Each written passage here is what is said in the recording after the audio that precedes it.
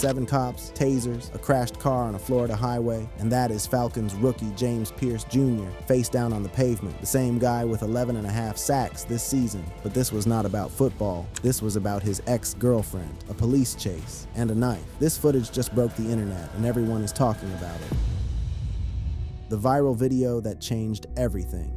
It was late Saturday evening in Doral, Florida, which for those of you who do not know, is a suburb just outside of Miami. The kind of neighborhood where you have luxury apartment complexes lined with palm trees and expensive cars parked in every other spot. Not exactly the place where you expect to see a full-blown police takedown happening on a grassy median next to a crashed vehicle, but that is exactly what went down. A 72-second bystander video posted on Instagram by a local account called Aquapasa en Doral hit the internet shortly after the incident around 11:45 p.m. Eastern Time on February 7th, and within hours, it had already crossed 5 million views across every platform you can think of. Instagram, X, TikTok, Reddit, you name it. The video was there, unfiltered, and showed a side of James Pearce Jr. The video was filmed from a nearby apartment balcony, so you are looking down at the scene from above. And what you see in the first 18 seconds is a cluster of police cruisers, some marked Doral PD and others marked MDPD, screeching to a halt around a wrecked white 2025 Honda Civic sitting on a grassy median. The blue and red lights are flashing against the sky, bouncing off the palm trees and the apartment complex sign in the background. Officers are jumping out of their vehicles in tactical vests with their weapons drawn, and you can hear them shouting commands. The audio is faint because the person filming is up on a balcony. Hands up, get on the ground. Standard stuff when law enforcement is dealing with a suspect who just led them on a chase through the streets of Miami. Now, from the 18-second mark to about 36 seconds in, that is where things get interesting. You see James Pearce Jr. stumble out of the driver's side of that wrecked Honda Civic, and he is identifiable immediately. The man is 6'5" and 242 pounds of pure muscle. He is wearing a blue Atlanta Falcons hoodie, and you can see the earring catching the light from the police cruisers. His hands go up partially, like he is about to comply, but then something shifts. He lunges toward a gap between the officers, like he is trying to find a running lane the same way he finds gaps in an offensive line. Except this time, the defenders are not wearing pads. They are wearing badges and carrying tasers.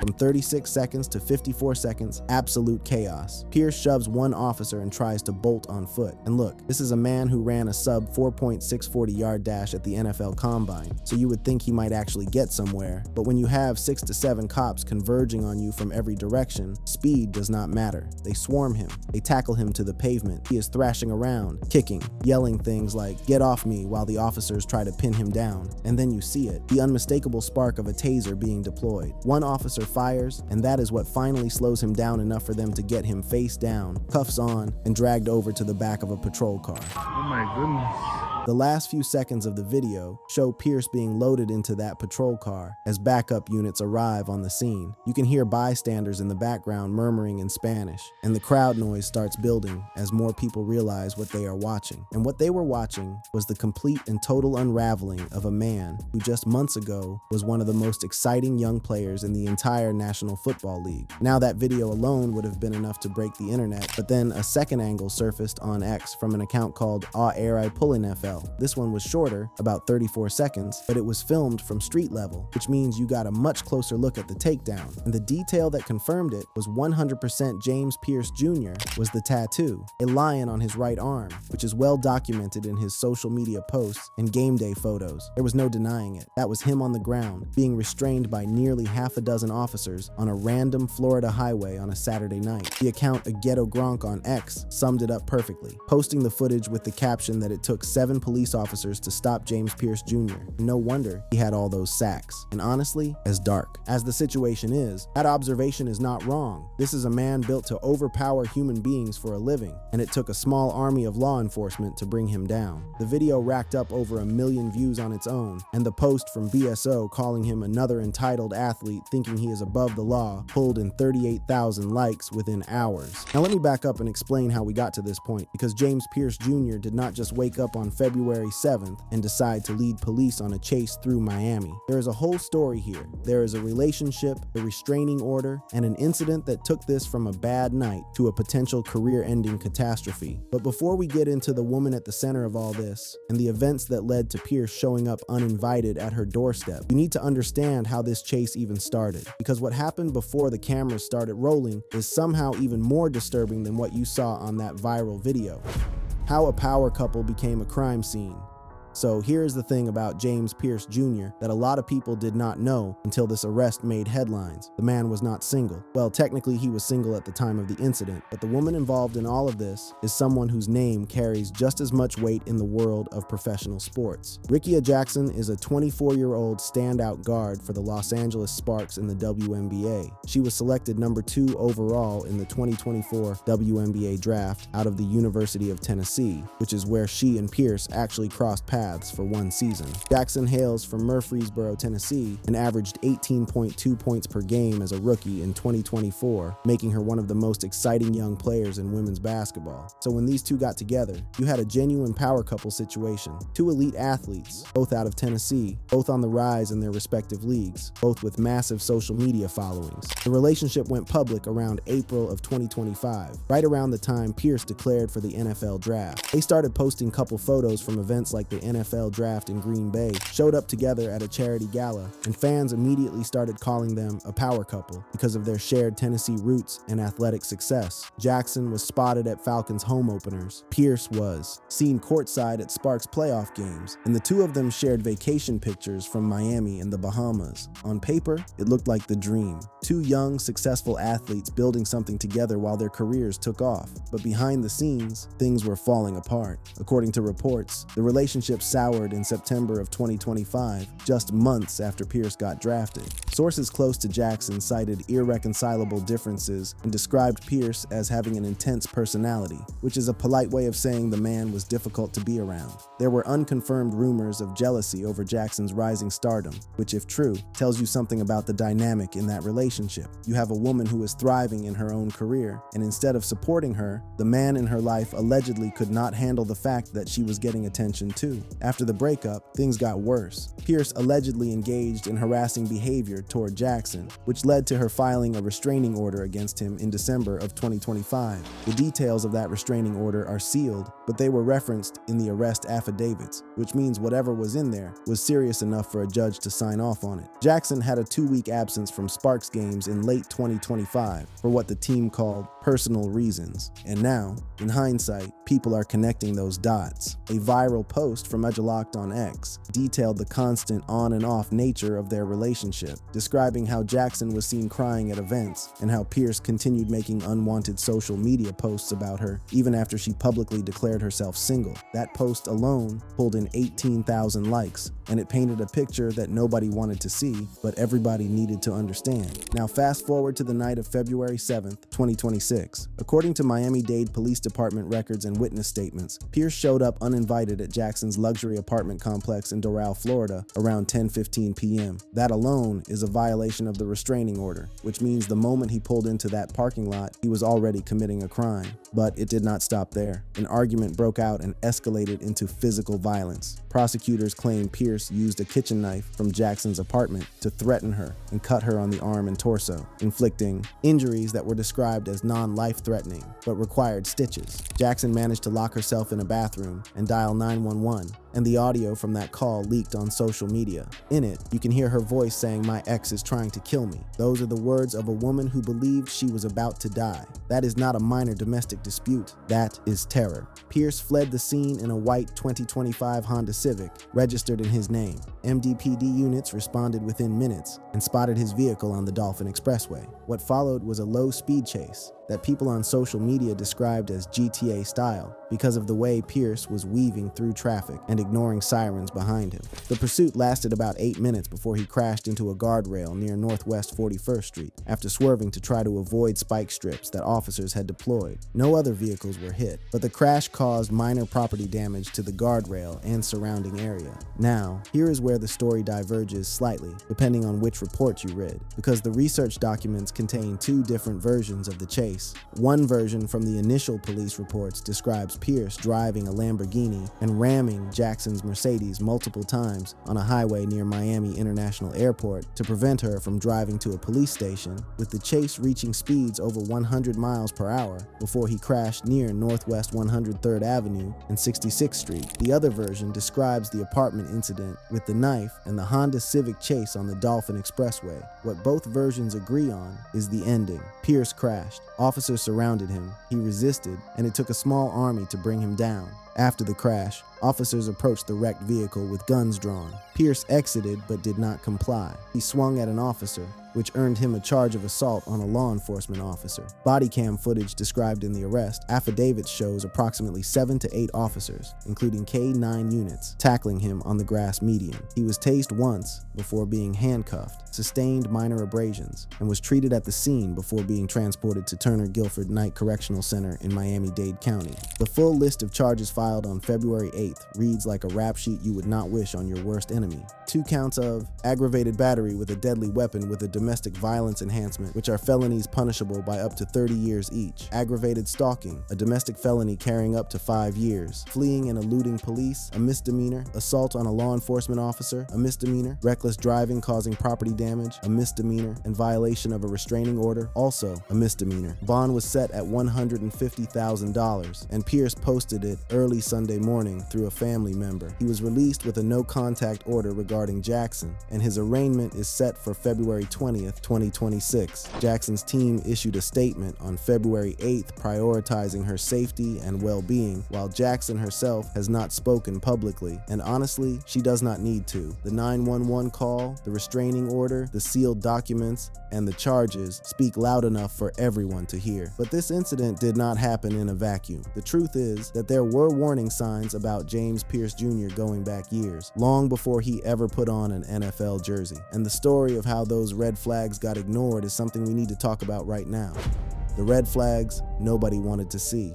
Here's what makes this entire situation even more frustrating. None of this should have been a surprise. Not to the Atlanta Falcons, not to the NFL, and not to anyone who was paying attention during the 2025 draft process, because the warning signs about James Pearce Jr. were there the whole time. They were loud, they were clear, and they were ignored because the man could get to the quarterback faster than just about anybody else on the planet. Let us start from the beginning. In December of 2023, during his sophomore year at the University of Tennessee, Pearce was pulled over by the Knoxville Police Department around 1:30 in the morning on Western Avenue near the campus. He was doing 63 in a 35-mile-per-hour zone in a black Dodge Charger registered to his mother. When officers ran his information, they found out his license had been suspended since September of 2023 for unpaid fines from prior traffic citations. The car also had an expired temporary tag, no proof of insurance, improper registration display, and illegal window tinting. So basically everything that could be wrong with a traffic stop was wrong with this.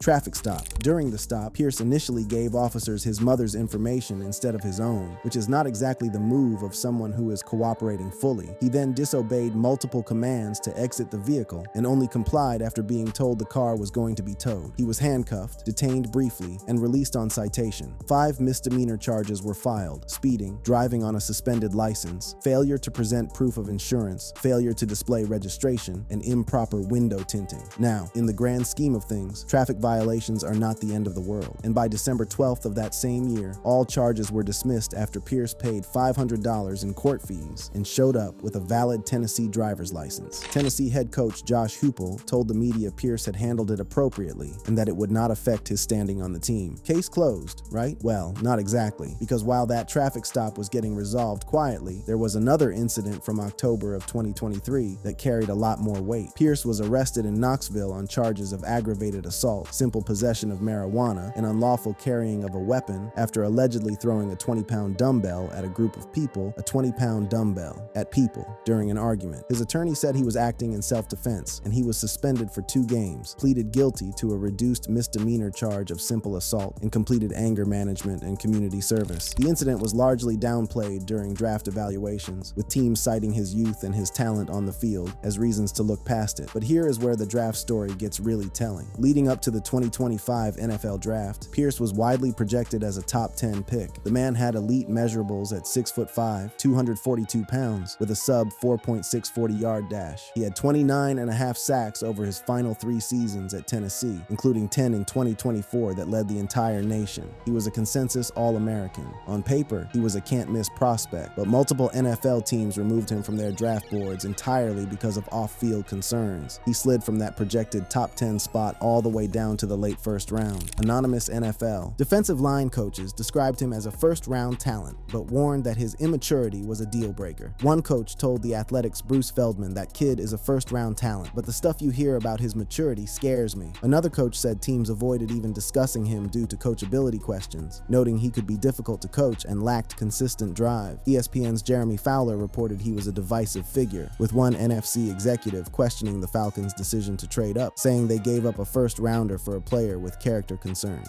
And the anger issues were not just coming from anonymous scouts. A former teammate from Glencliff High School in Nashville spoke up ahead of the draft, saying on the record, and I quote, "He is actually crazy." That teammate confirmed Pearce's anger issues made him unpredictable in team settings. Post-draft Reddit threads in the RNFLv2 subreddit amplified this, with users claiming multiple high school teammates had come forward confirming pre-draft rumors of outbursts and volatility. The Atlanta Falcons, under GM Terry Fontenot, traded up to get him anyway. Fontenot and assistant GM Kyle Smith met with Pearce and his mother before the draft to address the red flags. Fontenot told the media, "We want to know who we are bringing in this building because they are representing us." Pearce responded post-draft by saying, "It is always a chip on my shoulder. I love the game. I am ready to just prove that day in and day out." The team viewed his dog mentality and his passion as assets that outweighed the risks, and for a while, it looked like they might have been right. In his rookie season of 2026, Pearce was spectacular on the field. He recorded 11.5 sacks, 18 tackles for loss, and 3 forced fumbles. He finished third in Defensive Rookie of the Year voting and helped the Falcons to a 9-8 record and a wild-card berth. Off the field, he had over 500,000 Instagram followers, was known for his fashion sense, and had that high-profile relationship with Rickea Jackson. Everything seemed to be going in the right direction, but now, all of that is in jeopardy. Under the NFL's personal conduct policy, Pearce is almost certainly facing an indefinite suspension that could come as early as this week. The league's special prosecutor will investigate, and based on precedent, experts are predicting a minimum of 6 to 10 games, if convicted, with the possibility of a full season or even an indefinite ban depending on what the body cam footage reveals when it is released. For context, Kareem Hunt got 8 games for shoving and kicking a woman. Myles Garrett got 6 games reduced from an indefinite suspension for swinging a helmet. Adrian Peterson got 6 games for child abuse. What Pearce is accused of, using a deadly weapon on an ex-girlfriend, leading police on a chase, and assaulting an officer, is arguably worse than all of those cases. The Falcons issued their statement saying they are aware and gathering facts and that Pearce's future is uncertain. GM Terry Fontenot, who put his reputation on the line by trading up for this man, is now facing serious backlash from a fan base that feels betrayed. On the Falcons subreddit, with over 150,000 subscribers, threads about the arrest are pulling in thousands of upvotes, with fans saying things like, "We traded up for this bust, and we traded picks for a thug." Others are connecting it back to the 2023 arrest, saying the red flags were waving and we ignored them for sacks. The financial fallout is staggering too. Pearce's $11.2 million signing bonus is guaranteed, but the team could recoup portions through fines and forfeitures. His base salary of approximately $1.2 million for 2026 would be lost during any suspension.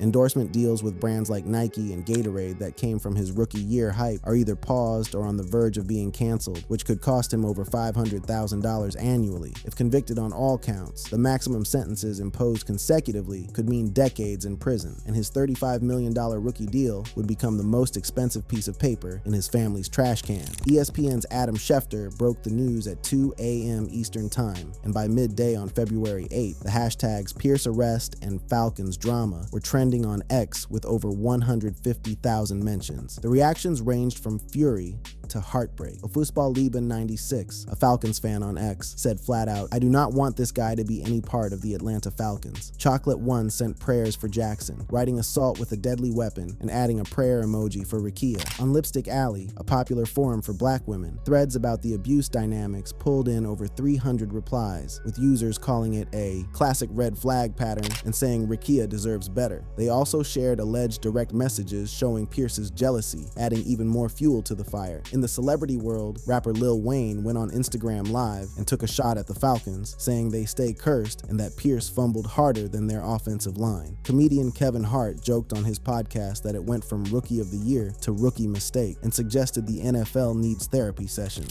WNBA players rallied around Jackson, with Sparks teammate Dearica Hamby posting a subtle Instagram story about strength to sisters speaking out, and Angel Reese reposting Jackson support threads with the message "Protect our Queens." Former Steelers defensive tackle Bryden Fehoko called for strong punishment on X, saying there are no excuses for putting hands or cars on women and that the league must lead, even calling for a lifetime ban if Pearce is found guilty. NFL Commissioner Roger Goodell may fast-track the investigation. Advocacy groups like No More have already highlighted this as a teachable moment on athlete accountability, and the one thing everybody seems to agree on, from the Reddit threads to the ESPN panels to the barbershop debates, is that the warning signs were there the entire time. They were just drowned out by the sound of quarterback sacks.